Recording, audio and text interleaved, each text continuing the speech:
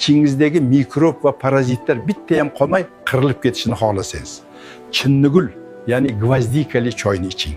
Yuragingiz buqani yuragi kabi baquvvat bo'lishini istasangiz, karkadeyli choyni ko'proq iching. Yurak xuruji bilan butunlay xayrlashasiz. Qon aylanishini yaxshilash uchun ko'k choyni iching.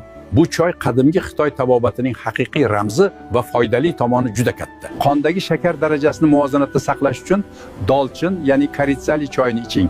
Shakar darajasi yuqori insonlarga foydali bo'ladi. Tanadagi har qanday yallig'lanishni jonini oladigan choy, zarchava choyi. Xalq tilida kurkuma choyi sanaladi. Bu choy sizda albatta bo'lishi shart. Immunitetingizni Xitoy devoridek mustahkam qiladigan choy Exnetsa choyi sanaladi. Topolmasangiz, menga obuna bo'ling, o'zim Xitoydan yuboraman. Uyquni yaxshilab asab tizimini joyiga keltirish uchun eng zo'r choy bu moychechak choyi. Jigaringizni to'liq yangilab, tozalab, unga ikkinchi hayotni bag'ishlaydigan choy. Bu rastaropsha deb nomlanadigan choy bo'ladi. Bu sirlarni zamonaviy tibbiyot siz bilib qolishingizni istamaydi. Bo'lmasa sizdan millionlab pullarni ishlolmay qolishlari mumkin.